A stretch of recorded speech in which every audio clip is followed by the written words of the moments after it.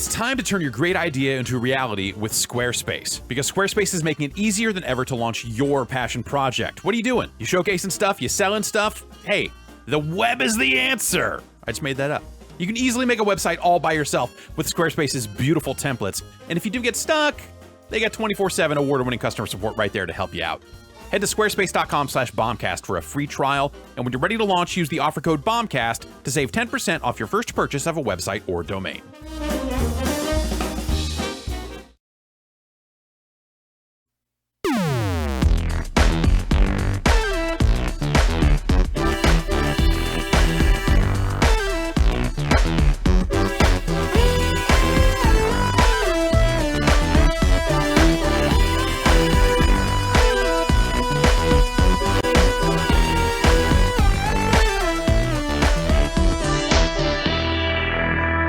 It's the Giant Bombcast for Tuesday, May the 4th, 2021. I am Brad Shoemaker, joined by Jeff Gerson.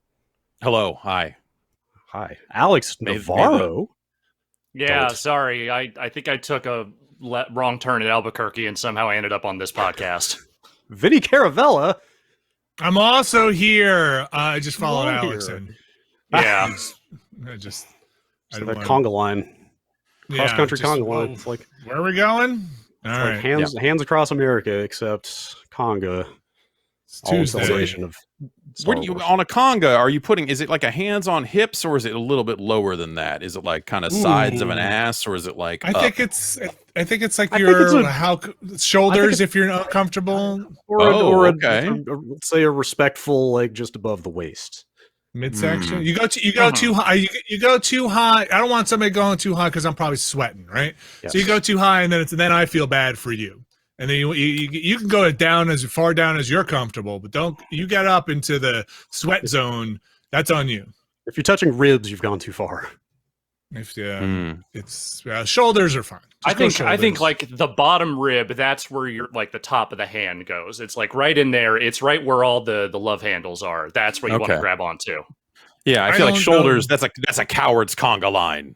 That's a junior high school dance conga line. Right. It's the O'Douls of conga lines. Yes. I don't know what I've done to get on a conga line, so I'm not judging anybody. I probably went to the bathroom during the conga line, and that's what I did. My hands are on my business all the time, and a urinal during the conga line. Or I'm the only one sitting in the chair, smiling and waving at the people who are having fun. As so much fun. I'm over here. I gotta. The cake is so good. Yeah. Wow. Yeah, you got it. I love this. Whatever we're doing. Is this how you got into any kind of camera operation? Were you just like, I'm going to take pictures of the conga line over here and not be a part of the conga line? It's my secret origin story. It was the only thing on the table, and I had to grab it and suddenly be like, oh, he's taking pictures.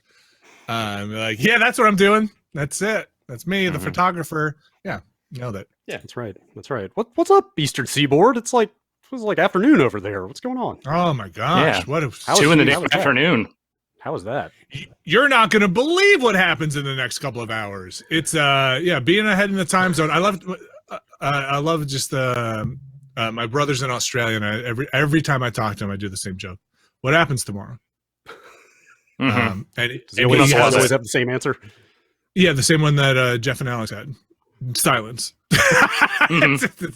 Okay. Yeah. I feel like the two options there are silence, or like he's just got to come back with the most painful, just like, we put another shrimp on the Barbie for you. That's what happens tomorrow. Me and Bruce. The Barbie broke. The dingo ate my Barbie. Yeah, it's so far we've had quite a morning. Jan and I recorded a Pokemon Snap quick look. It's like Pokemon Snap, seems like. But new. But new, as the title says. Alex and I and Backlar recorded an ad for the Beastcast. My God. Spoilers! The Dingo and Danny are back! So they never left, my friend. I thought we were getting all the Dingo and Danny money. I feel less special now. Monster Energy does not discern. Stay tuned for a special message from Bombcast exclusive Dingo and the Danny. We have on the Beastcast. We actually have the Dingo and Danny. They are going to be there. It's going to be amazing. Wow. We booked the Dingo and Danny. Yeah, no, we've been talking there. They're the new hosts. We're pretty excited about it. Dude, they're amazing people. What is their writer like? There's just a lot of Monster Energy. Weirdly enough. Oh yeah, of course. They're alternative sports, so it just says ride or die. Okay. Better. They only get better, folks. Stick around. That's right. All about the business over there. This stuff on the Giant Beastcast kills. I don't know what you guys are doing here. But this stuff is just bang. I'm here to talk about Epic versus Apple. All right, I don't get these jokes. Yeah, this is woo, guys. This killed on Thursday. All right. Yeah, that's the East Coast. I believe how it went over in rehearsal. Oh, it's Tuesday show, man. It's just fucking, I don't know how you doing. Too early in the week. That's right. That's right. So people might be wondering why Vinny and Alex have joined us today. The reason is that this is not going to be your average Giant Bombcast. We've got some site business to discuss today. Some fairly major changes will be taking place around here. And go. Yeah. Fairly major changes are going to be taking place. Yes. Vinny, would you like to say your piece first? I feel like that is only appropriate. Sure. This is the hard part. This is the part where I say I have given my notice, and Friday will be my last day with Giant Bomb. I guess this is the part where I follow that up by also saying that I have given my notice to the company, and this Friday will be my last day at Giant Bomb. Boy, this got heavy. I don't know if I can do this. Well, Brad, what do you think? Yeah, I mean, how do you follow that up, Brad? I don't know.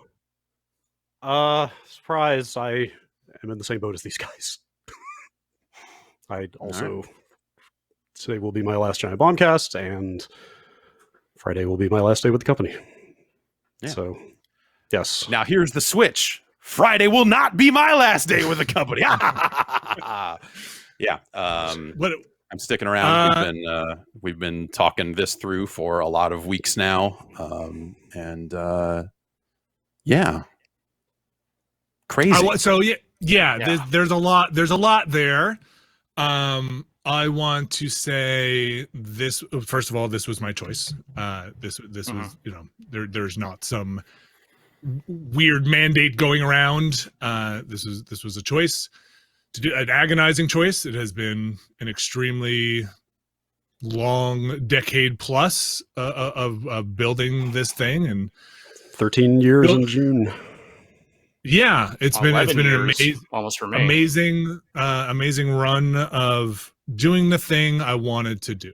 I think I want to say that I think we built the thing we wanted, and that was there's really not much more to say in terms of pride than that. Like, we set out to do a thing. It was extremely hard. It was in a landscape that was not this landscape, and kind of a people first above games kind of mentality after coming out of a place that really was pushing a lot of just raw gameplay clips and get those clips up and kind of building a thing that was about, let's go talk to the people who makes the games. Who would watch more than 60 seconds of a video game at one time? Why would you ever need that? Who would do that? If we're selling pre-roll ads, then the video should, if anything, be shorter than that. I mean, 60 seconds is probably too long. So and so that landscape, boy, that's changed. And then fast forward years and years, and then we had Giant Bomb East, which I am extremely proud of, and the work that the people put in there, and kind of building that up again, this time with that New York flavor, and in an office that is now gone for better or worse. Plenty to say about that probably on Thursday's show on the Beastcast about all the fun times in that closet. And you know, I think it is. I'm sure people are going to have a lot of questions. I don't have a lot of answers right now. It's not stuff I'm going to go into here, especially live on this podcast. Other than it's a very long time at this place, and I'm so proud of the stuff we were able to accomplish and build and do, and the vision that we had for this thing. It's kind of amazing, and I'm very thankful that we've been able to do it this long, and that I've been able to be a part of it. Yeah. I mean, I to add to that, you know, I was 28 when we started this thing, and That's too young. And I'm also damn near 42 now, which is too old. Just to put things in perspective, it has been a long road here, and a whole lot has changed about the internet and the world in that time. I mean, even just the last year, I think, you know, if you want to just like focus everything down to, hey, get some time to think about your life and how it's going. I think the last year, if not the last 3 or 4, is really given everyone a lot of time to think about where things are at. I don't know. When I look back on it, all I think about is like that little nook behind the stairs in the Sausalito basement with that rickety ass unfinished table, right? That we recorded the podcast at. Like, that's when I think about what's happening here. That's what, you know, like the weight of history starts coming down on me a little bit. Yeah, I mean the microphone that I'm about to hook back up when my Go XLR gets here tomorrow is one of those microphones from that table. Wow, like I still have those, you know. Yeah, sure. it's a lot of, you know, thinking about this thing in a longer view and setting out to build something that wasn't necessarily existing and just kind of following what we thought was the right path, which was mostly just kind of from our gut, was exciting and scary. And now we get the chance to look back on it. And I think a lot of times, like, how did that work? How did you know, and I thank the audience for coming along with us on that whole thing and kind of building up through that. But like, it is, there is a different environment now, and that is for sure. Like, we started this thing in a much, like, again, over a decade ago, and it's different now. And like Brad, I have also aged, and now I have. Yes, I know it doesn't look like it, and I know it's hard to tell, but I have also aged, and yeah, I'm excited. You know, obviously, very sad to be leaving this thing that we built behind, but and, you know, hopefully it'll be stewarded into bigger and better places. But you know, there's a lot of energy still left in Caravella, and you know, I need to, you know, I got so many. There's energy left in Caravella, and I got a lot of years until I retire, and so I got to try and figure out, you know, what's going on and what's next. And that's fucking hard to figure out. Yeah, it's very hard, and that's just the honest truth of it. There's no blueprint for this, right? I mean, no, we're well past the you know, like Brad saying, you know, you were 28 when we started. I feel like 28 was probably like 28 to 34 was probably the age that a lot of people started getting out of this, and they're like, well, I'm a producer over here, or I've gotten into PR, or I'm making the real money as a consultant, or whatever it is. And, you know, that whole game journalist thing, like whatever that is anymore, in some cases, I don't think people were meant to do it this long. That's something I felt for probably like the last 5 years about, like, man, we're really out here. I mean, considering the number of people who are still around that were part of the early days, and you can count them pretty much on one hand, I think that's probably accurate. Yeah, for sure. I think it's just us, right? I don't know. Well, you know, yeah. Keely's doing his thing. I mean, Andy went into, I mean, he was at Sony or something last. I don't know where he's at these days, but EA, I think. Okay, yeah. Dan Emmerich, like, you know, I mean, Andy McNamara got out and went to EA. So if you wanted a good, clean sign about, like, all right, it's weird out here, you know, that's for sure. So there's also a very there's an interesting tale of again, the time here of you can watch all of us live our lives. If you want to like you can watch me with hair. You can watch when we went over to CBS is when Max was born, my son. When I started Giant Bomb East, the week or two or maybe a month after my daughter was born. My son is now 9. As soon he's going to be a teenager. And all of that is chronicled in podcasts and weird videos. Things for better or worse, videos. You could time lapse me losing weight and gaining weight in like some kind of weird way if you want to. You can make your weird audio, fake people. Like there's just so much out there. There's a lot. 99% of it I'm very proud of. There's like 1% that was a little rocky. Yeah. That, if you could scrub that stuff from the just make some of that stuff disappear. It's like, there's that time I put the shot game in my pants. I don't know if you remember that. That's yeah. That's a high point. You're like, put that on the front page, leave it there forever. Like that's that one out. A joke or two I wish I could take back. Yeah. Well, we all grew up. Yeah. I grew out, Yeah. You know what I'm saying? Yeah. So yeah, there's nothing I could possibly say that encapsulates the over 10 years of doing this and building this thing and being here. So, especially live, especially doing it off the cuff. And that is the hard part of having to, the hardest part is I wish I were smart enough or together enough to say the really great thing, but it's not. And I just say to but I'm not. And I say to the audience, thank you for sticking around and supporting us. We cannot express enough gratitude to the people who have supported us the whole way. Absolutely. Because we would not be sitting here without them. This thing would no longer exist. Yeah. And all the people who have kind of come in and out of the orbit as well for Giant Bomb, whether as friends or staff or people that have given me guidance or given us guidance over the years and helped decide where I should be going. Things would have gone a lot differently for me if I didn't have strong people to help me make tough choices over the last decade plus. And I keep saying decade plus because I don't remember exactly how many years it is. So I'm just going to use that. Yeah. It's a 12 long time. years, 250 days. Oh God. And there's a lot of stuff I think that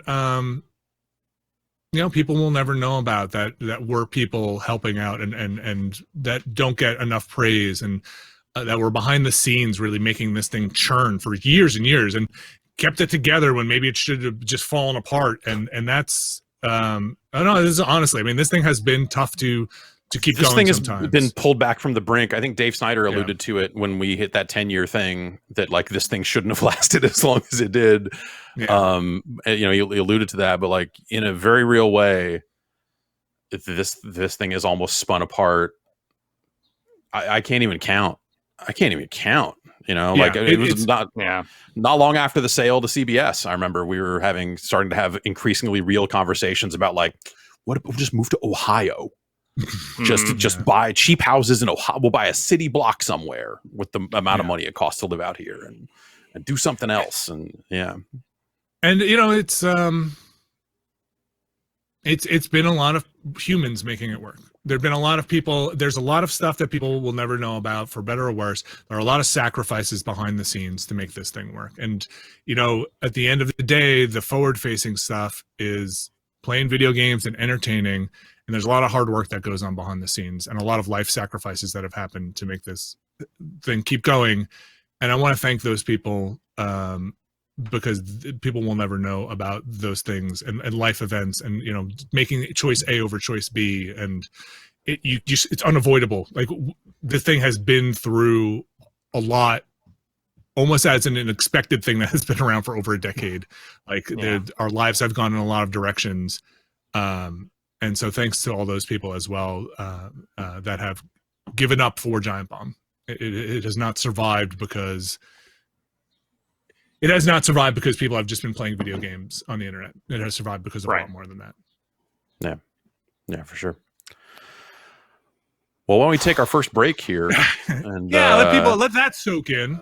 Yeah. Yeah. And then we'll come back on the other side of that and just, I don't know, talk about a bunch of old shit. I got a Sounds like a plan. jalapeno strawberry drink to taste here on the other side of this Ooh. break. So, Oh, Sure. great. I think Vinny's got something as well. We'll take a break. We'll be right back with that.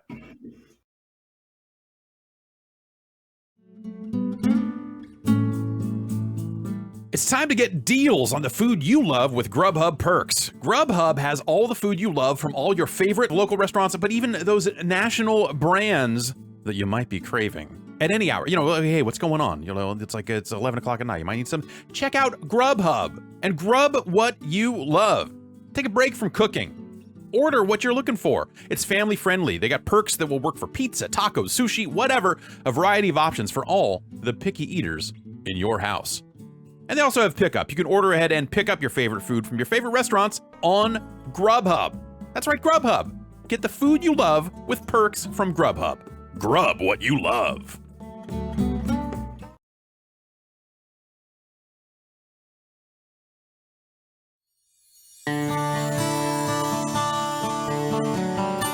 Ah, yes, this episode is brought to you by Unleash with the Dingo and Danny, a new podcast fueled by Monster Energy. Unleashed gets up close and personal with the best in alternative action and motorsports. Get ready for untold stories, career-defining moments, and inside secrets from the world's best athletes and trailblazers. Don't miss out on all the action. New episodes drop every 2 weeks on Mondays. Listen wherever you get your podcasts or watch on Monster Energy's YouTube. Wow. Unleashed with Danny and the Dingo, fueled by Monster Energy.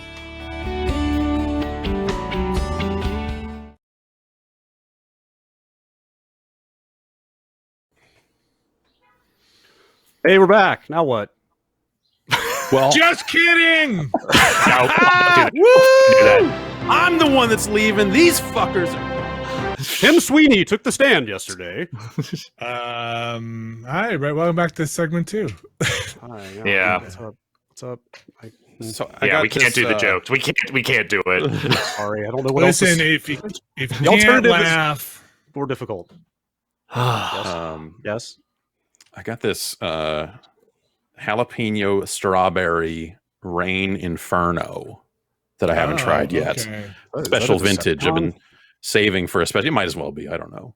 It says it's thermogenic fuel. So don't drink that. That's the stuff you have to.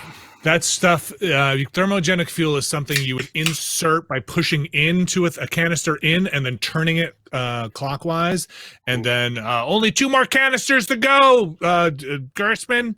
Well, I think if I did that, I'd probably spill it all over my face. So I think I might just drink it like a drink. But I just well, listen. You do what does you.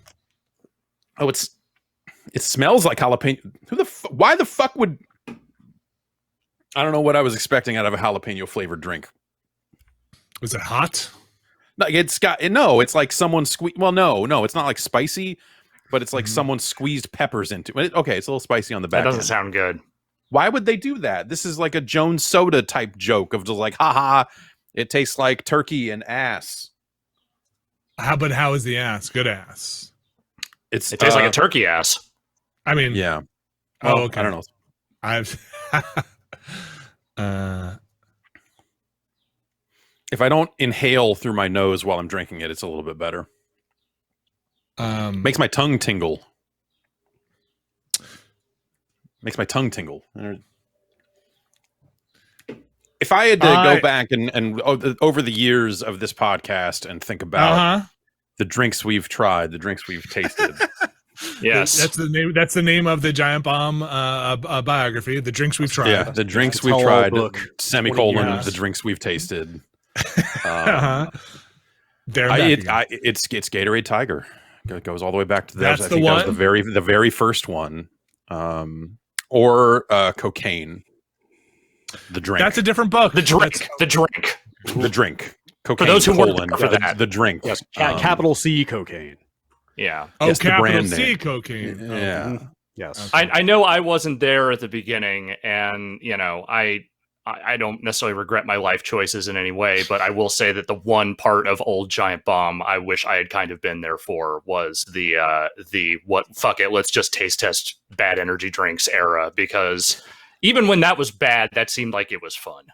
Yeah, it was, and the energy drink market was at such a place where you could do that because it felt like there was something new all the time, and like it feels like we're kind of getting back there again a little bit with some of this stuff, but it's like now like the escalation is coming from weird places. Like everyone is basically making pre-workout now. Like all this stuff is just like, hey, you know all that pre-workout powder you could go buy at the GNC? Well, we also sell it in drink form over here, and it's in 9 different weird flavors and sold to you by psychopaths. And so it's just kind of a different vibe. Like everything between now and then, everything has a much more sinister edge to it.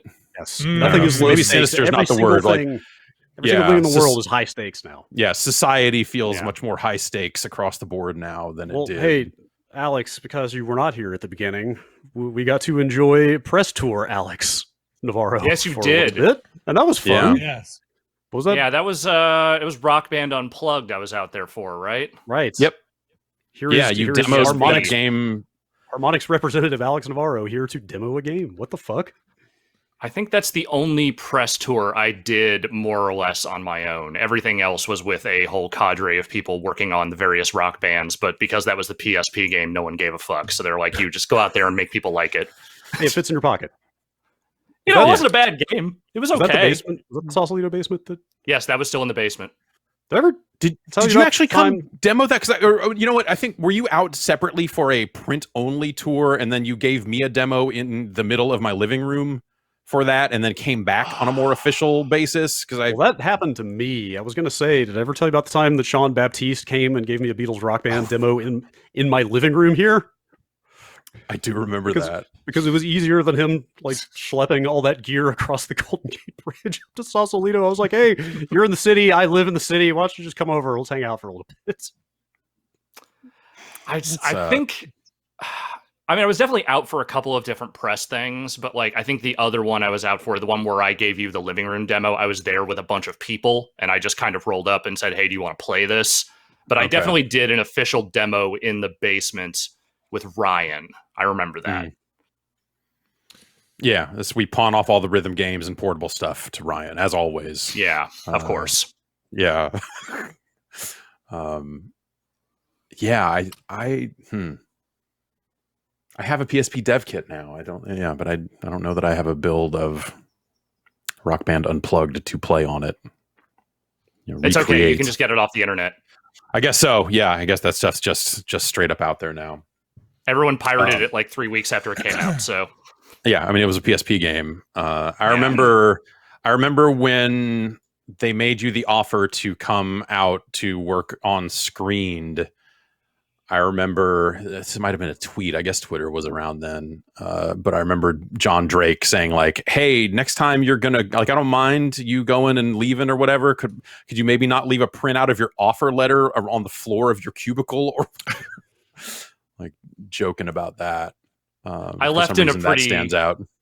I left in a pretty hasty fashion. I mean, I gave my 2 weeks notice, but it was all very coming together. And I remember I was out for a work trip in Anaheim. I was there at NAMM, which is like the music instrument manufacturers convention. And in between playing Rock Band in front of Scott Ian and Yngwie Malmsteen giving autographs, I remember Shelby Bonney flew down to Anaheim for the day to talk to me about doing this movie website. And it was about an hour-long lunch, and I remember being like, this feels very weird, and I don't think this is going to happen, but it's very nice that he did this. And then I got the offer like pretty quick after that. I'm like, okay, either these people are out of their minds or this is going to be great. And it was kind of both. Hey, why can't it be both? Yeah. Yeah. I think there was a while there because, I don't think anyone knew for sure if you guys were if you were going to sign on or whatever, but like they were talking to Rory simultaneously. And I think there hit a moment there where it was like, well, if we can get both those guys, we should just get both those guys. If they're both down, And then you got both those guys. and then we got both those guys. And that was fun. I mean, you guys worked upstairs. Initially, yes. Initially, yeah. So it's like that felt like a different world to me. Like once we got, because when I first started going to that basement, we didn't have the downstairs yet, or there was like nothing down there. And so like every time I would go there, I would just sit in the meeting room, the little glass meeting room they had up there, with the engineers and stuff like that. And then when we got the basement, it was almost like we were cut off in this weird way. I was like, oh, I could go all the way upstairs and say hi, or I could just hang out down here, and me and Ryan could draw dicks on this whiteboard or whatever until someone comes down.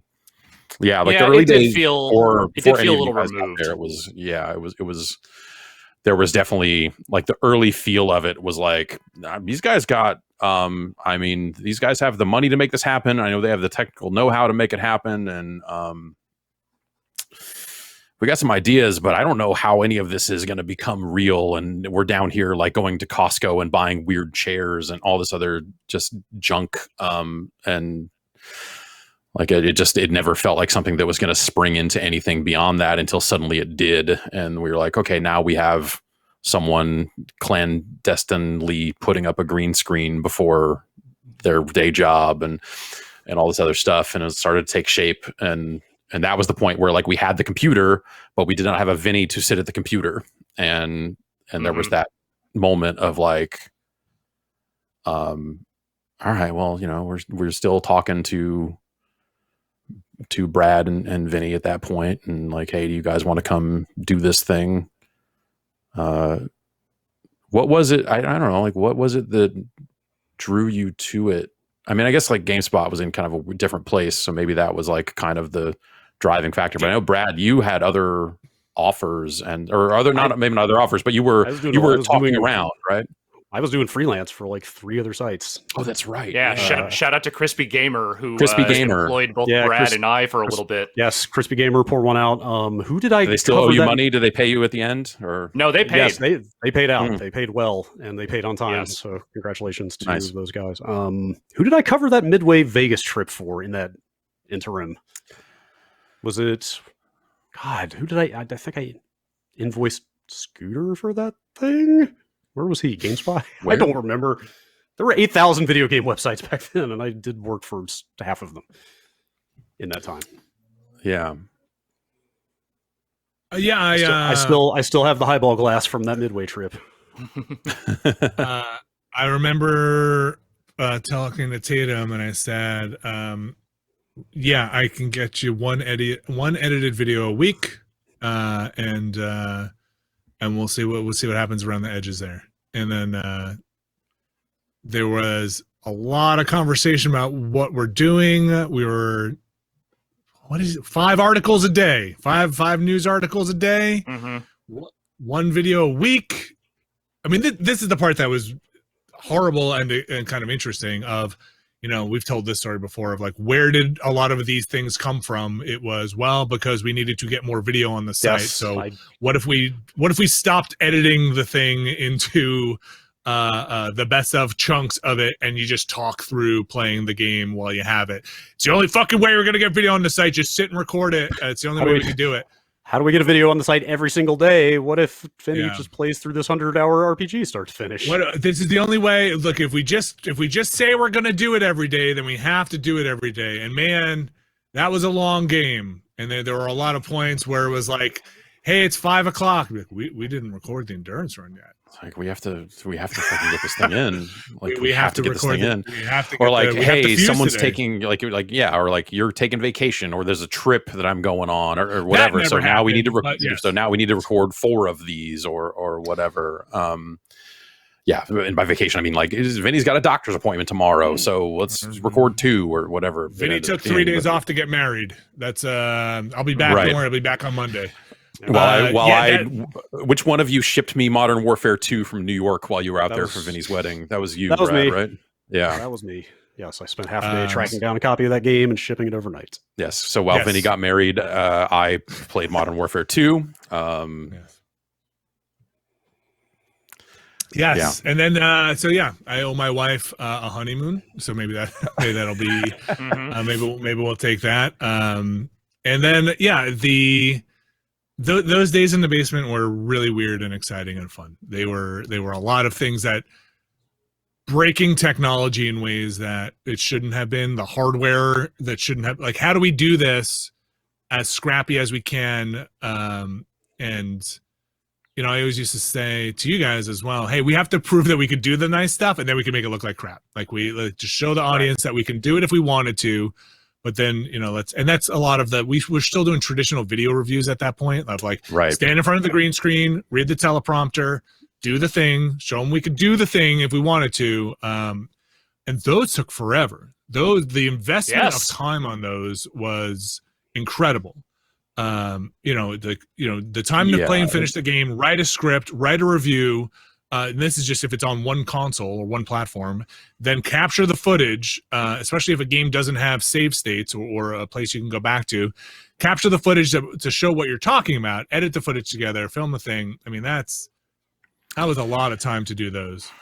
Yeah, I mean, that was something that, in retrospect, I think it was like maybe whatever. It was kind of a bad idea for us to pursue that, but I think like coming out of GameSpot, that was kind of what we knew and what seemed like it mattered, right? It was like, okay, well, what all just happened? What are we known for? Honest reviews. Okay, like how do we capitalize on that in the best way possible? Like even on the article side of like trying to write X number of articles a day or whatever, like even that was interesting, trying to figure out like, well, what's the bar? Like I don't want to rewrite press releases. That's dumb. So we should only really be writing things if we have something to say about it.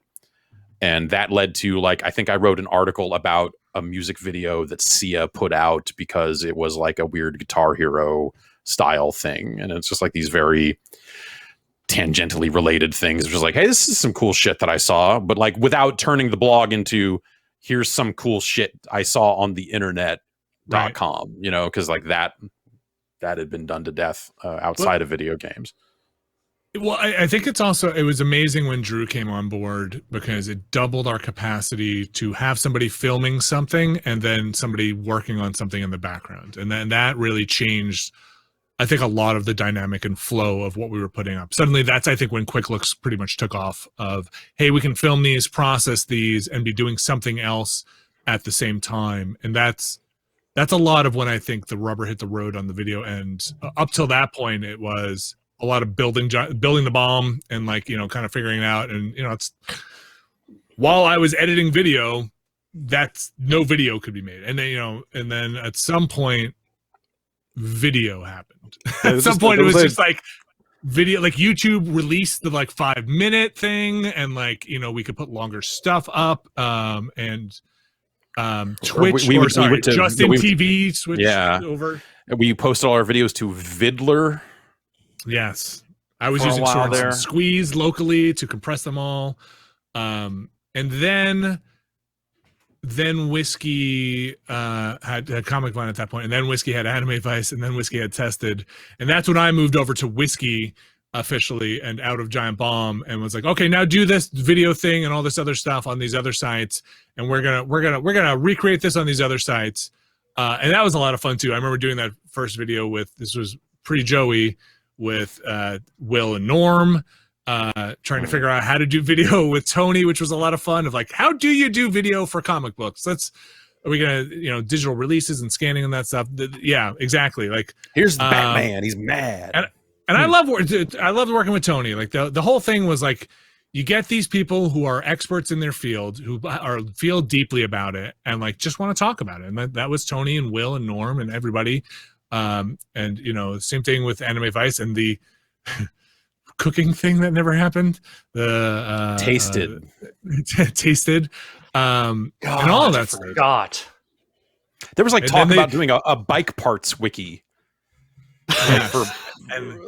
Like okay, people are really passionate about their bikes, and you need to get parts for bikes. So could you do a site that was like reviewing or like covering bike parts?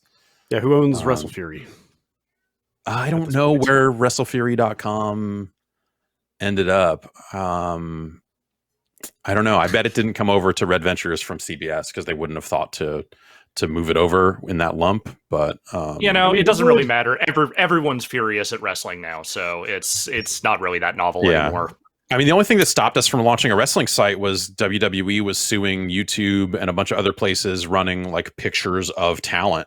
And they had a really hardline anti-social media stance there for a while, like Viacom, where they were like, how dare you post a picture of John Cena? We're coming after you. And I think that was enough to make the business people go like, I don't think we should actually do this right now. I mean, there's a lot of that going around. That's the thing I miss the most about the early days of the site, though, is like facing unique challenges and solving them in unconventional ways, right? Like not doing things the way they have been prescribed, but doing them the way that it seems smart to do them, right? Like why not have a demo in my living room if that saves everybody time, right? Like, like we're just like, why not have Drew and I spend an entire day painstakingly reconstructing a video against a voiceover track when that Shadow Complex disaster happened? Like, why not do that? Yeah, there was. I think there was a lot of having to think on your feet, and also at that time there was a little bit more of like, hey, when did we roll subscriptions out? That was like must have been 2011, 10, 11. Because that was a bit into it, and then figuring out what a premium free mix was, which is still the challenge. It was tough. Like there was when it was just free, you just do everything and you're trying to figure it out, and then trying to mix it up, and it was. I was very young. It feels very young now, and had much less thinking about what a business was at that point, for better or worse. Like, okay, this is a business, and I learned a fuck ton at Whiskey because we were so close to the business end of it. Like we were in, and it was my first real time I was sitting in those rooms, being like, right, we have to make money or this thing doesn't work. Like we there has to be a way, like, right. The money just doesn't come. I was in the meetings where the money doesn't come from nowhere. It's not magic. Cause at GameSpot, the money came from the, money tree from the millionaires who were above us running a company. And, here it was, no, we're in the room. Hey, here it's like there is a millionaire above us, but he is not going to keep putting money into this thing forever. So it has to be.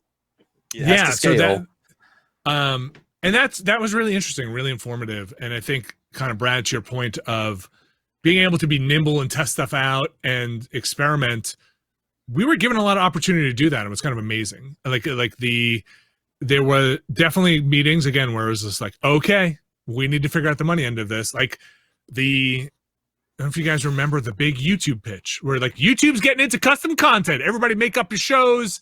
And like, let's go. I like make the pitch deck for YouTube, film Shelby in front of the bar. And like, we're going to go put this thing together. Or, like there were really interesting conversations about how you monetize this whole thing. And I think at the time, looking back, it's panned out of like, there was a real sentiment of like, not display ads. Like display ads are dead. This is not the way that we're going to survive this. And I give all credit to the people, not me, and the folks who came up with the subscription stuff. Like that was ahead of its time for a site like that to be like, let's ask the fans directly to pay for this thing. Like there have been subscription things in the past. GameSpot had a subscription thing, like the IGN had a subscription thing, but you bridge the gap between what we were, and I'm not trying to say we invented it because of course we didn't, but you bridge that gap between that thing and things like Patreon or places that ask, the fans to pay directly. And we were in a weird spot because we were kind of doing that, but then, once under CBS's umbrella, kind of corporately owned in a way that was like, okay. I think one of the first calls I made around that stuff after the sale was we used to have a thing in the store that was like, so if you sign up for a premium membership, you got the gift card, the $15 merch code to use in the store. And there was a thing on the store there for a while that was just, or maybe it wasn't even the store. It was just, there's a thing on the store that was really like, just like, give us some money, practically. I mean, it was more or less like a tip jar. Yeah, kind of. And I think one of the things, I think Dave and I talking about it when we were rebuilding, or when when they were rebuilding the site and stuff like that. It was like, it doesn't make sense to have that there anymore. This is now owned by America's most watched network. It's not really, we can't really quite hat in hand it the same way. It just doesn't make a ton of sense. But yeah, that was, you're right. I mean, that was, I think even Dave was also, I think, one of the biggest proponents of the subscription model. Yes, in that terms was of absolutely a Dave Snyder signature move for sure. Yeah, he was very much like, this will work. This will totally work. I think everyone on either end of it, like on the business end, and then I think us, we're just like, all right, well, yeah, I mean, we got to try it. Like Kent is a very nice guy, but he's not selling a billion ads to go on this website. And maybe you want a BioShock fish tank from us, or the Assassin's Creed hoodie. Yeah, remember that Assassin's Creed 2 hoodie with Ryan's head on it on a stake? Yeah, right. Yes. Yeah. Yeah. So, and that stuff, again, in a world where that stuff changed. I mean, we've talked about it in the past of, what is a website? What is a, you come to Giant Bomb, and I have felt for a while, this is not revelatory, but we have the wiki, we have the front page, we are still we're carrying that torch for websites, into 2020, when websites kind of don't exist anymore. And it's been, there's 4 websites. And it's been amazing, and our community has been amazing in ways that, we've watched it, and we're aware, like, we are idiots, but we're not that big idiots. We are aware that like communities, go other places, right? Are they going to be in our forums? Are they going to be on a Discord? Are they going to be in other places where communities sprang up? Like, message boards was where we had stuff back in 2009 and 10, and like those places branch out and go other places, and monitoring that stuff has been, it's been kind of amazing to watch that stuff. Yeah. I think the community, or I think that I know I've asked the question for at least the last 5 years, if not longer, of just like, do we need a website? Yeah. Period. And I would I think the early nature of what we started and a lot of the lines we have drawn around our content and how it is accessed and all the other stuff is also the stuff that kind of holds us back from some of the off-platform success that you see from people who are, for example, all in on YouTube. By virtue of like, well, we have to serve this stuff over here. It needs to be here for subscribers. We're streaming right now live on Twitch. This archive will go up on YouTube. This will do here. Like that spread approach. Like if you look at the kind of modern streaming setup these days, usually people are picking their shots a lot more carefully with that and going like, okay, we are focused on this platform, because they're not going out and building their own platform, because no one does that, because it's super fucking expensive and ridiculous. And, I think if we'd started 7 or 8 years later than we did, then it probably would have ended up looking like, okay, here's this kind of Patreon thing. Here's this sort of, and then the videos are hosted on, or even maybe not on Patreon. Like, hey, YouTube does channel subscriptions, and you can sign up there, or YouTube focused, right? Yeah, and would have gone in that direction. And so, it's interesting. I don't, and that's not stuff I'm like, we're pioneer. Like, if anything, it's just like we were just a little too early to take advantage of where tech was about to go. Like, we were actually, that technology expanding in those first few years really helped us out and got us, where we are today in a lot of different ways. But it feels like the stuff that happened just after that was the stuff that like would have, it's the stuff that made it a lot easier for people to build things similar to what we were doing without having to have a full team of engineers and all this other things. And that's been, that's been an interesting part of this ride for sure, is especially when I see a lot of that stuff and go like, oh, here are the 9 ways those people are doing it wrong. Or, man, this platform is like 80% of the way there, but boy, they're really fucking up on this, and this, and getting very opinionated about all of that stuff.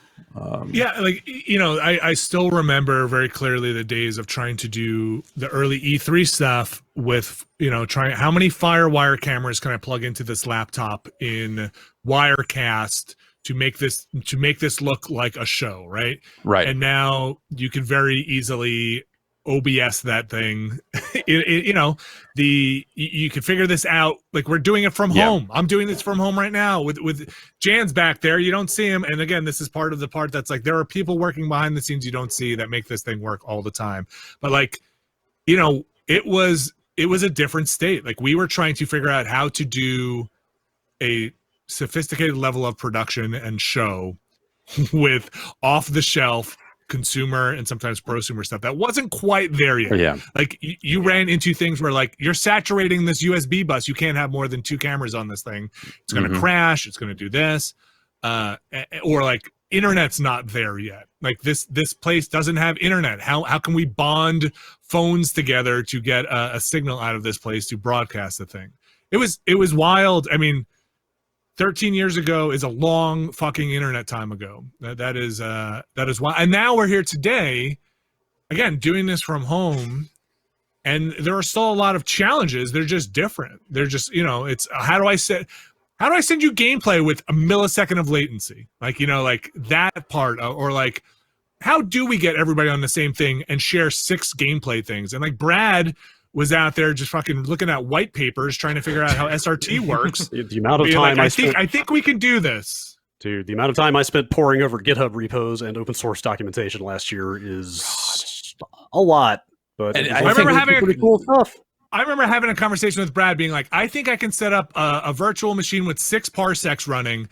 And he was like, let me see. I think we can do this a different way. I'm like, I'm pretty sure this is the way, man. We can virtualize the container each networking parsec. stack and do it in containers instead. Remember that night we were chatting over Netcat until like 10 p.m. Yes. I can't get into this Amazon remote machine. Let's see if we can. Let's just see if we can just make a direct TCP connection between each other. That'll solve everything. I think that was fun. Like, that was back to that experimental nature of the early days of this website of just like, hey, we are back under pretty onerous constraints again. Like, let's just flex our creativity and like see what we got at hand and figure it out. And I think that's been one of the more exciting things about the last year, and some of the stuff we've been talking about going forward is like it. In a lot of ways, it feels like there are a lot of new problems to solve, or like there are kind of like new ways to go about aspects of this. So I think that's been the thing, you know, as we've been, you know, working distributed and all this other stuff and thinking about it is like, okay, these are actually like, that's a big part of like what makes a job exciting for me is like, are the problems interesting to solve? Like, are they fun to work on and that sort of stuff? And I think that's how I felt about a lot of the last year in a lot of that stuff is like, okay, like these are like fresh new problems to solve in an era, you know, we'd come out of like, okay, we've kind of got this stuff figured out. And also the company that owns us isn't necessarily looking to do anything grand with us. And now we're kind of on the other side. Well, I'm on the other side of that a little bit. And like, oh, this has some things going for it in a way that it hasn't in a long time. And that's been fun to work on, fun to poke at in a lot of ways. Some ways it has been crushing. Yeah. In some ways it has been extremely tough to work on. I want to share one of my favorite things that I will never forget. It's one of the things I'm most proud of here, and that is also, again, kind of crushing. And it is the game of the year. We did those skits with the police show and the collection, and it was I think some of the most fun and some of the hardest stuff that we have ever done. And if we were going to make like a best of reel, I think this would probably be the thing that I love the most. And I still have some of the documents here. And if you'll indulge me for a second, I would love to read a little bit from one of these that has kind of the raw fucking, this isn't even the scripts we did. This is the raw outline for what I was thinking and what we just kind of talked about for some of this stuff. So here is one of them. It says, theme, TV show, cop procedural, places, patio, parking garage, server room. So some of these are not what we did. And it says, Brad is detective in suit, mustache, darkness. Jeff is undercover detective, hairnet, badge on chain. Patrick, forensics, science, kid. Ryan is uniform cop, exposition device. Drew is the corpse. Karen is the DA. Vinny is a witness. Alexis / Dave is the perp. And then it says scene 1, intro crime, body discovery, mystery setup. Scene 2, crime scene investigation, meet detectives, uniform cop, exposition, forensics, combing over body. Scene 3, forensic guy explains science to layman cops. Scene 4, canvassing scene, detectives puzzle it out. Deus Ex beat cop. Scene 5, interrogation room, DA needs more evidence. Scene 6, perp in custody, detective shot, tough case / joke. I loved making these. This one, the next one says, reality TV show, Jeff's house, storage room, voiceover introduction. Jeff has been collecting video games, concerned family member. I just want to get him help, professional help. There's a carpenter somewhere. Goes wrong. Garage sale. Won't let it go. Shouting match. I didn't even want this. I'm the normal one. That's it. That's all we had for that. Yeah, that's what more word you need. That's so, and these are all first passes that got fleshed out a little bit, right? Not that much. We have scripts for each of these. This is those scripts were pretty much concept thing. Dude, people want to talk about George Lucas going out there and shooting his first drafts. Check out our production. Look, here's the thing, like stream of consciousness. I'm always reluctant to like I know people think we're funny, but I will never call myself a comedian or a comedy writer. I don't think that's really what we do, but I think those skits and those bits, they let you guys like really stretch your legs in a way and do some really wild stuff. And I think it's like genuinely some really incredibly funny stuff over the years, especially that one. I watch these every once in a while because I'm just so proud of the work that was done on it. So you have to give yourself credit for the Laserdisc FMV year though as well. I love that one too. That was a lot of fun. Going out costume shopping for that one. The bigger hat, the chic, the bigger hat, and then tiny hat reveal is the best sight gag. So good. That was a good one. That was a good one. I still have the Space Egyptian get up. I was just organizing it into my costume box out in the garage the other day. Though all the skit stuff was really good, and eventually it kind of just collapsed under its own weight in a way that was too much. We were never big enough to pull these things off in the time frame that we were trying to pull them off in. And once we got more staff, and like Drew could speak to this as well, because it was really murderous to try and get these done. I didn't want to put any other staff through that. We got more people and was like, I know what's involved in these, and like I'm a bad boss for making people go through it. This is we always had 2 weeks. It was always like, okay, after Thanksgiving, we come back, we have to film these things, and then we have to do the recordings for the deliberations, and in between that time, we have to film and edit these skits. So.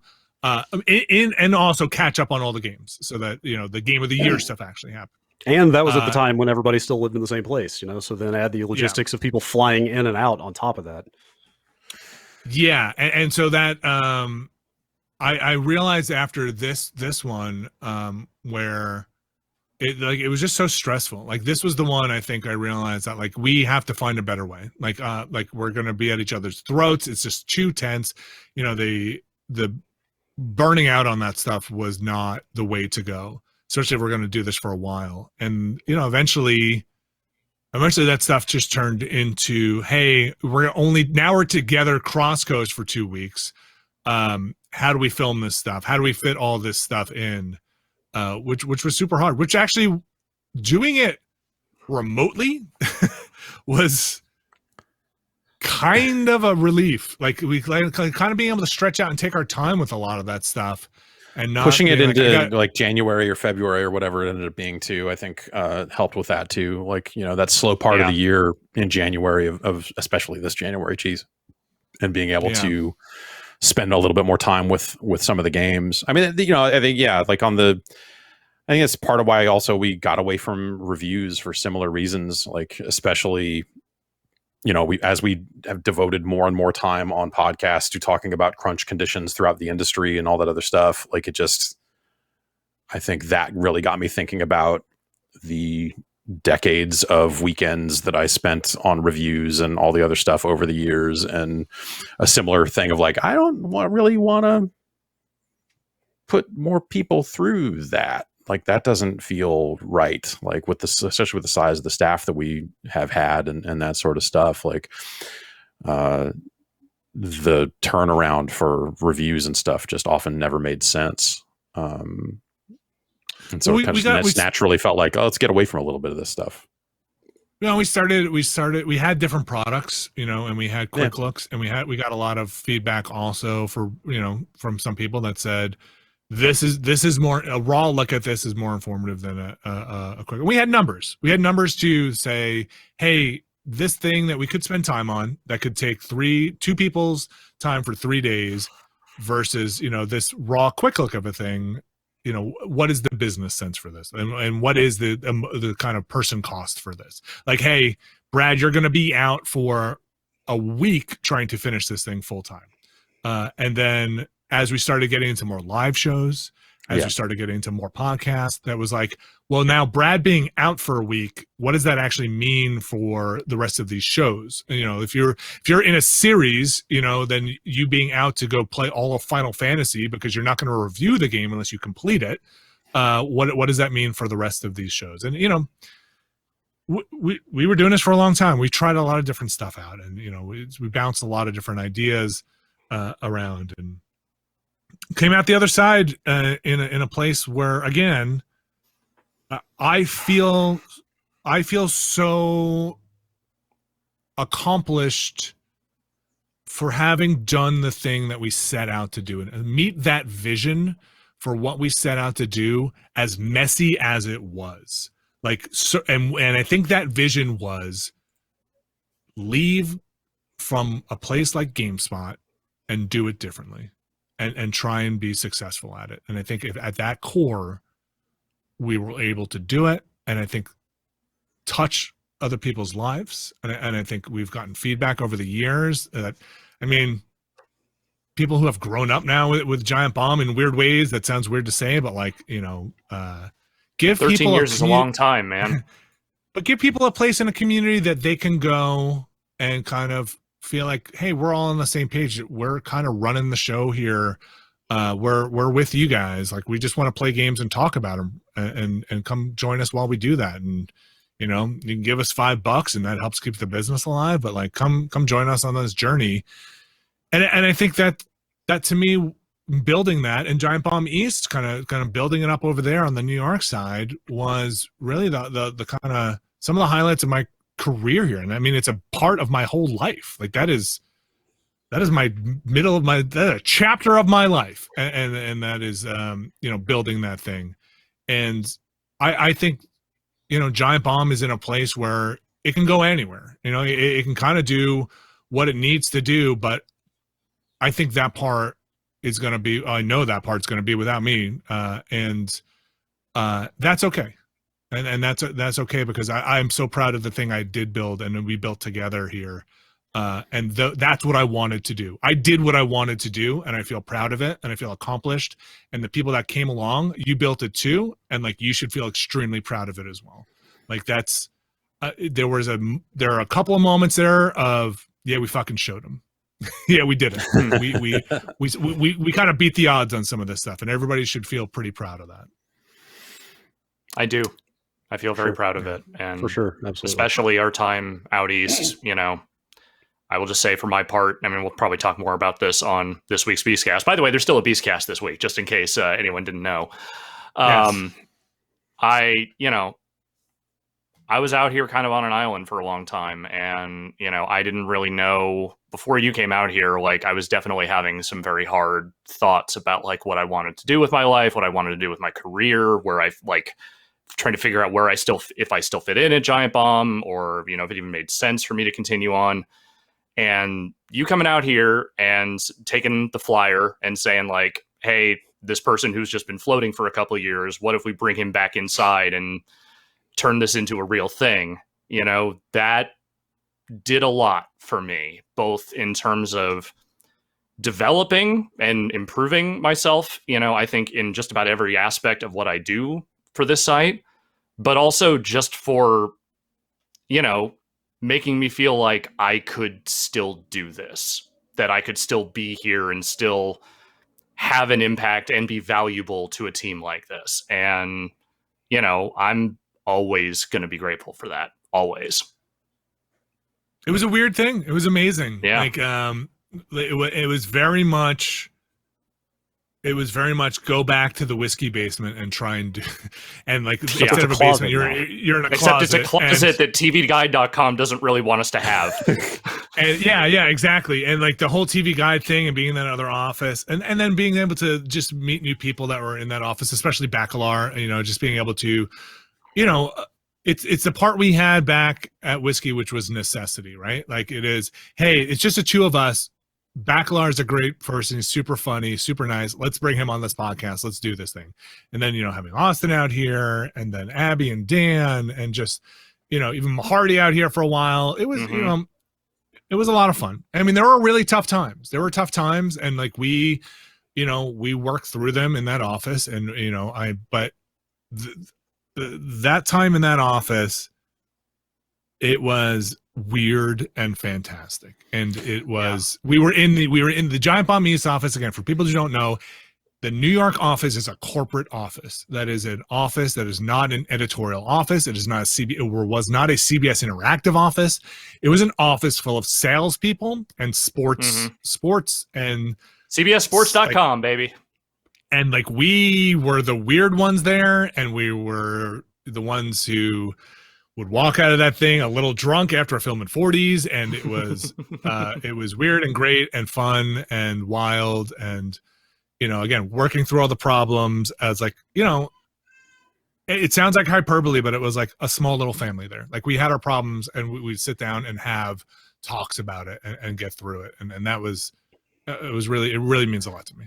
It was always interesting going out there and seeing, like the San Francisco office was an editorial office, and there was more studio spaces and people kind of all working at least in similar fashions, right? It was like, okay, CNET's up on 6 shooting this, and then we're down here doing video game stuff, when GameSpot's over there doing other video game stuff, I guess, and all that. And yeah, I think it was because I would always fly overnight and get there maybe like a half hour before anyone else showed up, and just sit in there. And always, every time I got there, it was always this reminder of like, these lights are so bright.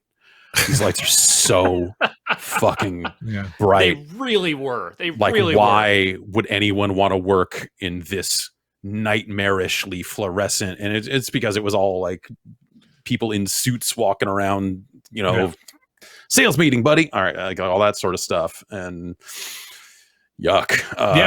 It's like parts of that seemed like kind of a nightmare, but the sodas were free, whereas ours cost $0.25. So it always felt like this interesting toss up, and seeing your desks over there by like a TV right there blaring CBS Sports or whatever, like in your periphery at all times, while you're sitting there with like 9 copies of Mass Effect on your desk or whatever it is. Like it just seemed like such a weird area, but it was a weird area, and it was very different environment from a rented basement with a ratty old couch off the side of the road.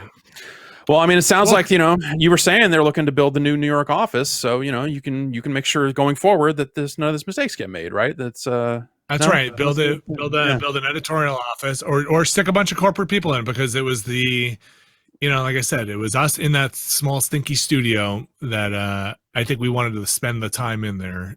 So Hey! Like, no, let's keep shooting, so we don't have to go out there. keep shooting. Yeah. The studio might have been theirs, but the stink was all yours. Yeah, that's right. We did it. We got the stink, and I put a lot of stink into that studio. If we're doing percentages here between those Extra Life drum streams, I think I'm at least responsible for 40% of the embedded stink. But yeah, that stuff was it was tough to put that stuff in a box and close that studio up. And I'm glad you and I got to do it together. Yeah, we got to crunch stuff into boxes and throw it in there. But yeah, packing up that studio, for better or worse, it was emotional in a way that was like, hey, this meant a lot to us and to me and the people that were here, and just as the thing I've always hoped for people that come through Giant Bomb is that they're better on the other end of it, whether it's their career or the people they've met. And you come in and you leave, and there have been amazing people who have come through these doors and left. And I hope that they are better on the other side of it, and I think they are. And I at least in their careers, maybe not emotionally. I don't know. This can be a tough job, kind of.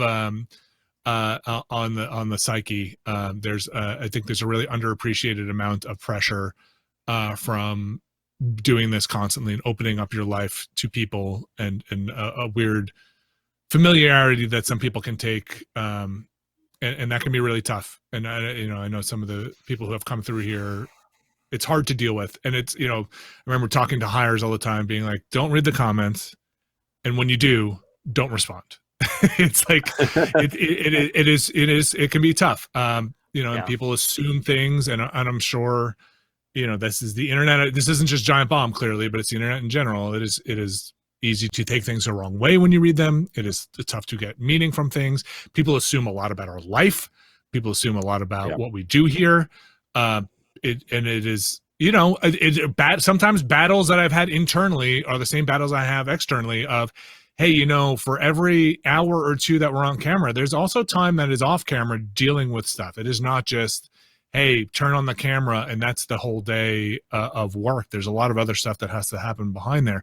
There's career development for people. There are people's lives at stake, or what they're doing here.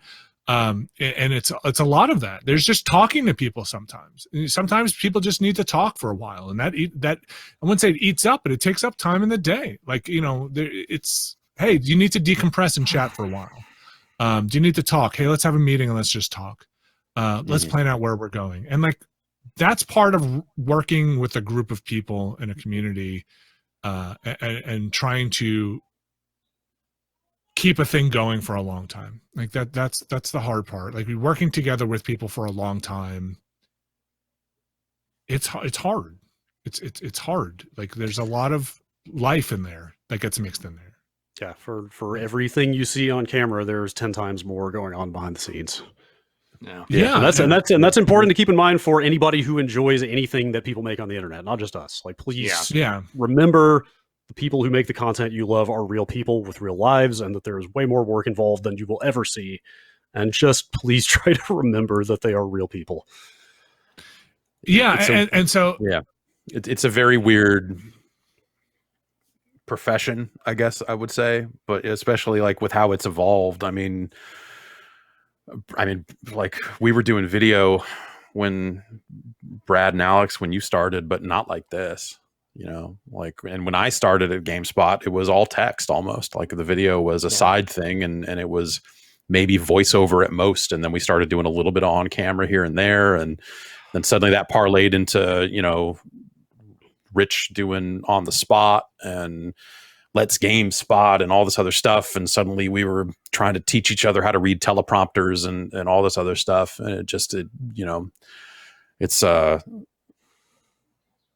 weird, it's a thing that no one was really, I think a lot of people getting into it, especially now, are not trained for it and have no real idea what to expect once there's that, you're on the front lines, quote unquote, of, you're putting yourself out there and what that can be like when people come at you. And it still happens today. I mean, it was just happening last week around freaking Returnal reviews of all things. Like there's just a certain aspect of shit that comes your way, no matter what you're doing.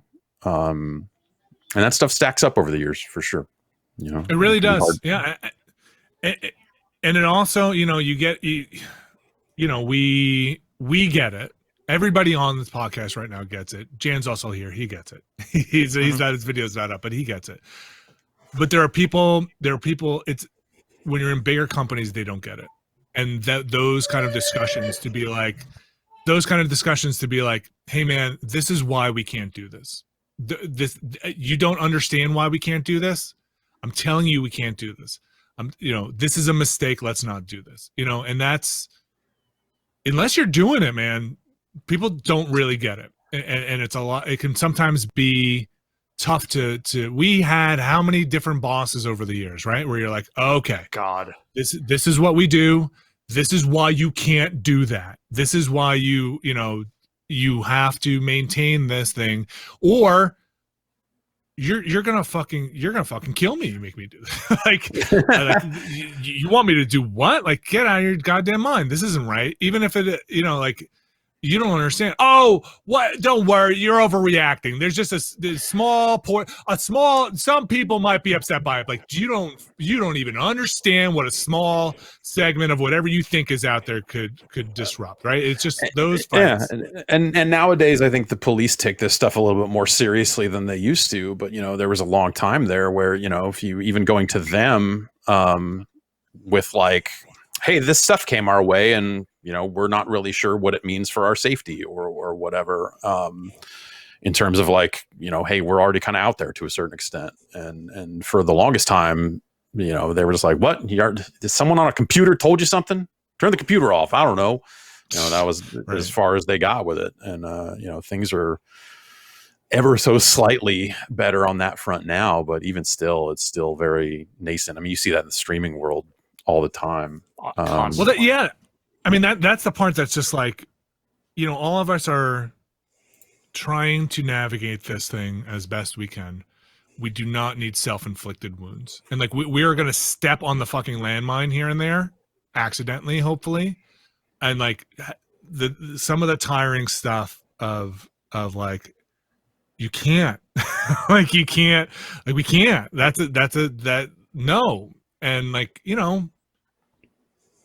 that's hard. That's a hard thing. It's a hard thing to be up there and be like, I think you said it, Jeff, be in the front line on that stuff and be like, you don't think you understand what you're asking, or just saying no. And like, that's, some of that stuff is hard, and that's some of the stuff that the audience, because you don't see the stuff that didn't happen, right? Like you never see the things that weren't done, and some of those things can be tough, and I don't know. It's the job has parts that will never be seen, and people who stream probably know this a lot too, that when the camera's on and you're doing your thing and you're trying to entertain people and keep people happy and do the thing, there's so much happening that had to get there in a lot of places, that even that part of, I've tried my best over the years to turn it on and entertain, and I hope that's come across, and stay positive.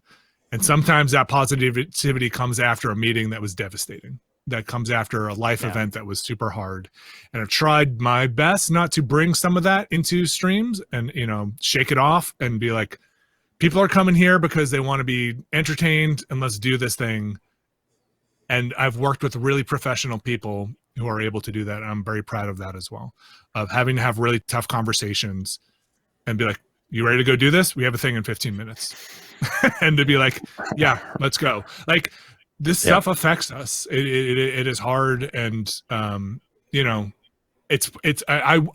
had a career before I did this, and you can just sit quietly and do the thing at your computer and think about what happened in the world, or think about what happened in a 9 to 5, or, in my case, a 10 to 10, as it were, in production world, of like, you don't have to have a camera on you watching, waiting for your reaction of what just happened in the world. You can just be doing your thing. And then you can talk shit behind the camera of like what's going on. And that's very different. It's a very different place. Oh, Yeah. On the subject of It stepping on accidental landmines, I would just like to once again take the opportunity to apologize to the Italian American community. For any times I might have accidentally transgressed. This is my last opportunity to do so. I just want to make sure that apology is out there. just Okay. yeah, this is All it. Well, good. Yeah. All right, I have nothing to apologize for. Yeah. that little piece of housekeeping out of the way. Why don't we take one more break real fast and Yeah. come back and send this thing out.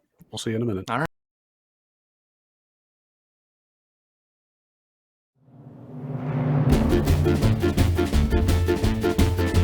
Dreams, forget them. Forget them. Reality is what we're all about here. So if you can't turn your dream into reality, what good is it? A dream is a reality that you haven't hallucinated yet. I think that's how that saying goes, right? Is that no? Hallucinations are a dream that you turn into. Stop hallucinating and get on Squarespace, because Squarespace is making it easier than ever to make it real. What are you trying to make real? A new business? You're trying to get your work in front of people, publish some stuff? You're trying to sell some things? Squarespace is the tool for you. They've got beautiful and real templates created by real world-class designers and the ability to customize just about anything with only a few clicks, and you can easily make a real, beautiful website, all by your real self. All optimized for mobile, nothing to patch or upgrade. Award-winning customer support is there if you need it, but it's easy. It's just optimized right out of the box, ready for you to build something real, sell some stuff, get real analytics, the numbers that you can crunch yourself. Head to squarespace.com/bombcast for a free trial. And when you're ready to launch, use the offer code BOMBCAST to save 10% off your first purchase of a website or domain. That's squarespace.com/bombcast, and the offer code is BOMBCAST.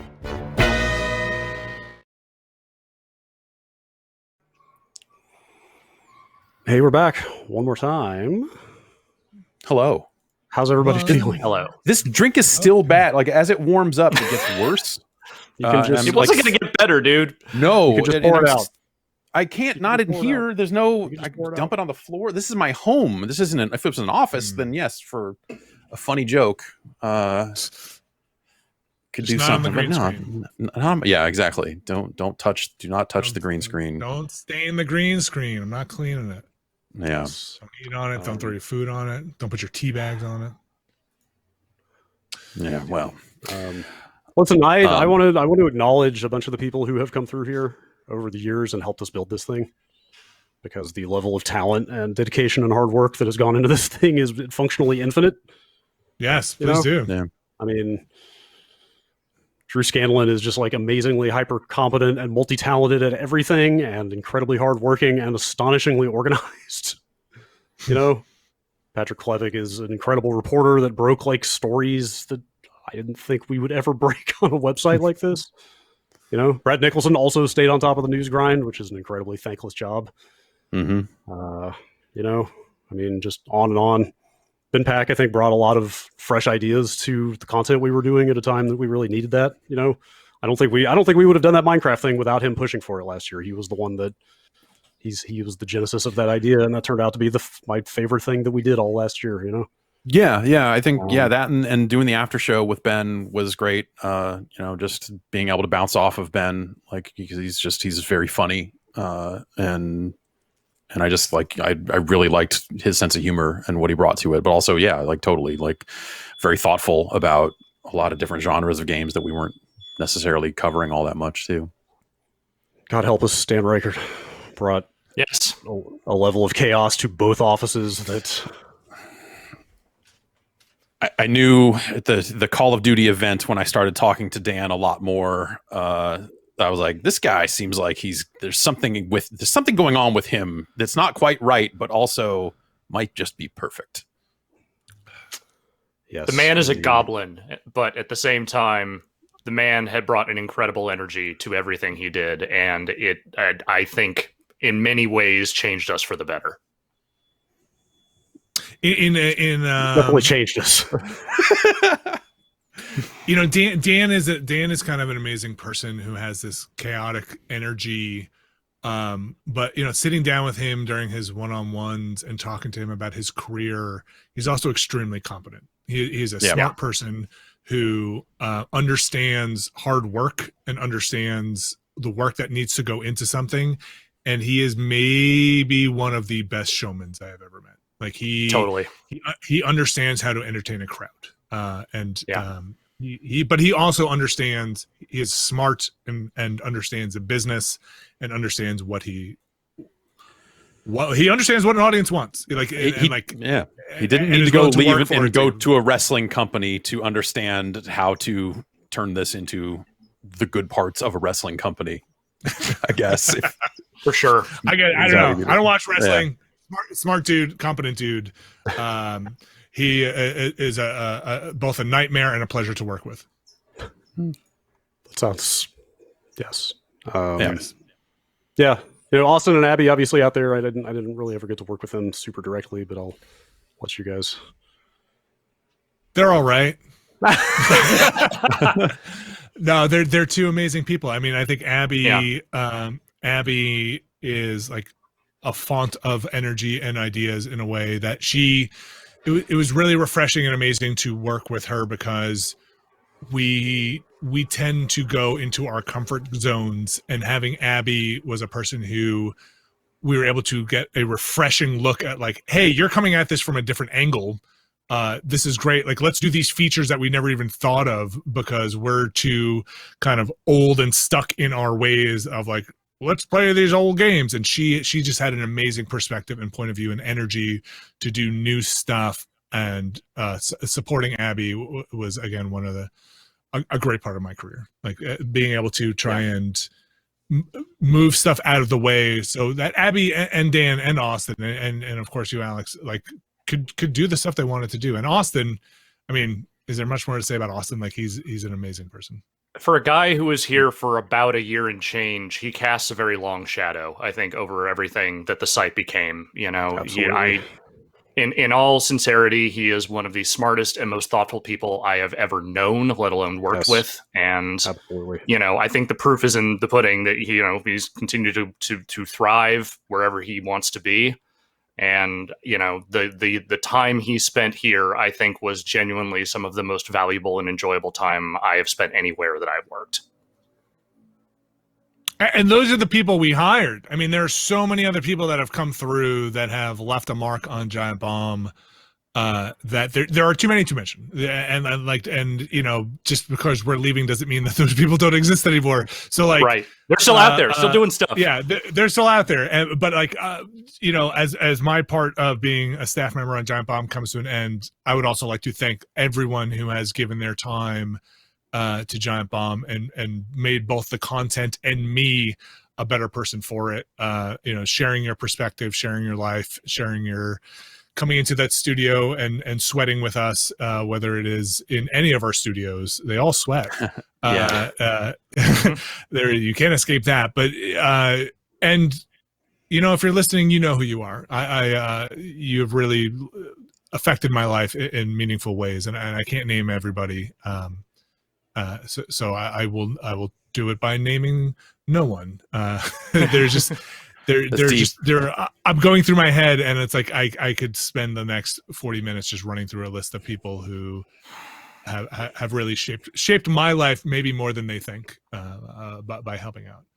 And really kind fucking people, just really good-hearted, good people. Like that's the thing. Goes a long way. Yeah. Oh, it's really good people. You don't hear a lot about that on the internet. Kind people on the internet? I don't know. Bit of a kindness dearth going on there. Yeah. Thank you to Jason and Jan for doing all that heavy lifting in that. Oh my gosh, incredible mess of a studio. Literally, shout out to Rory for his years of. Yeah. Thank you, Matt Rory, just for being Matt Rory. Matt Rory for handling so much behind the scenes stuff, so much. Thank you to the mods who you talk about frontline. Yes. Holy cow.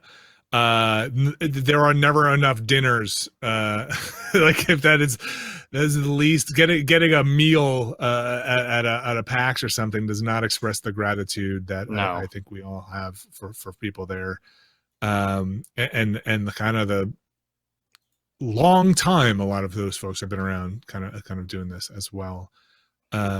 And I want to say thanks, because this is the email I would have sent out. There is no email that is going to probably come from me that you send to a corporation saying, "Hey, everybody, this is it." And there are people, again, behind the scenes that never got enough recognition. The Jason Abels of the world, the Reginas, the Tays, all the people who are out there making sure this site stays up and going, and working weekends and working nights and missing things, because it's a complicated website that has changed hands quite a bit, and those people have been put in really tough situations sometimes of like, hey, learn this. And all the people who have gone before, and it's really, there are a lot of people out there that you might not realize it, but that I have depended on, even if they haven't touched Giant Bomb, that I've worked with. All the people that came from GameSpot before and our time moving through there, that have gone on to do other things. And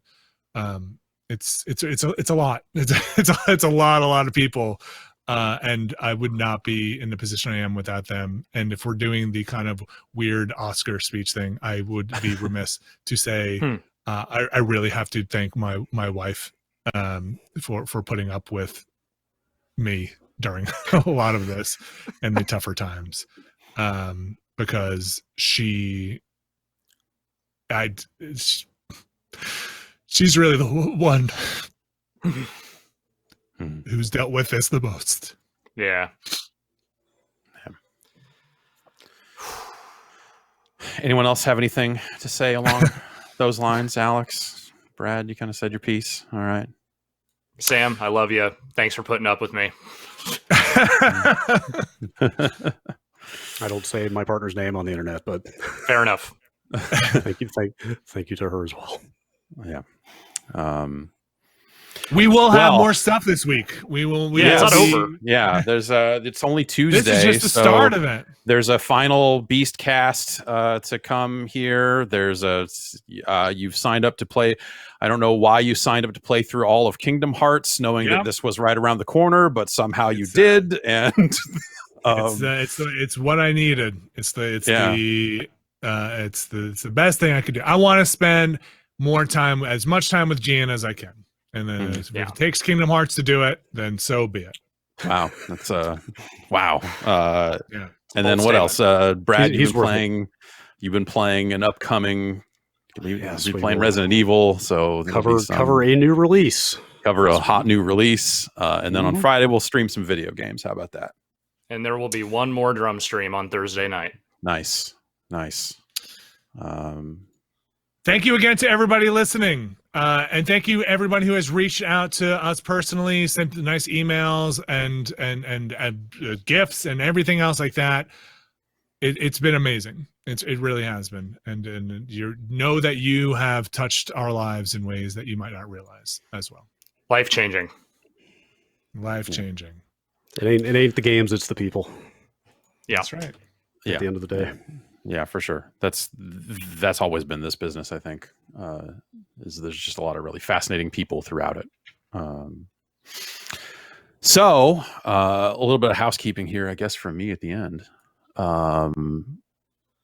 We'll have more to say about kind of the future of Giant Bomb, I think, in the coming days and weeks. But the short version of it, I guess, is point one. If you're a premium member, we're extending your subscription out through the month of May.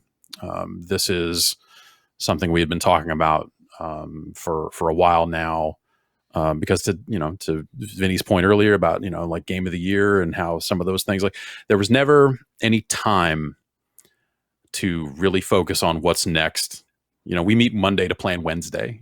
Like that's the long view was always something very hard to take. And one of the positions we found ourselves in, and I'm of every possible different emotion when it comes to this stuff. But one of the positions we found ourselves in through this acquisition is a company that is interested in figuring out what's really next and what are some ways to really expand it, and what do we really need to solve long-standing problems and issues that we've had. And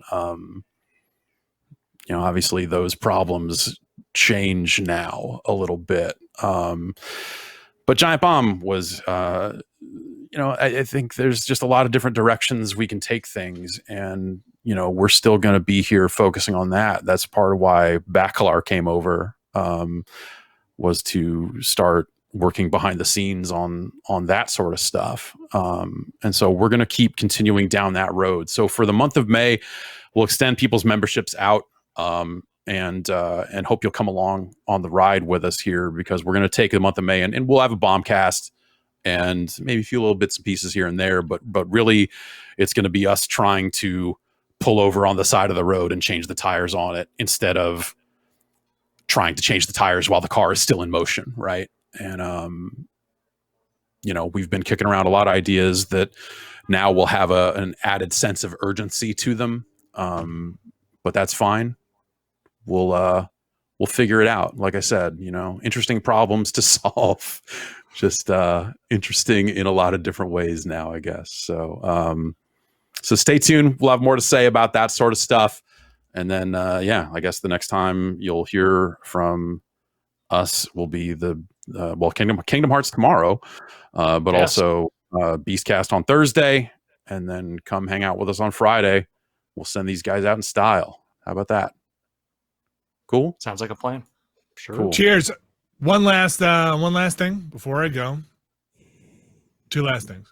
Pokemon Snap. We did record that. Yeah. And one last person that we did not mention was cheers to Ryan Davis, and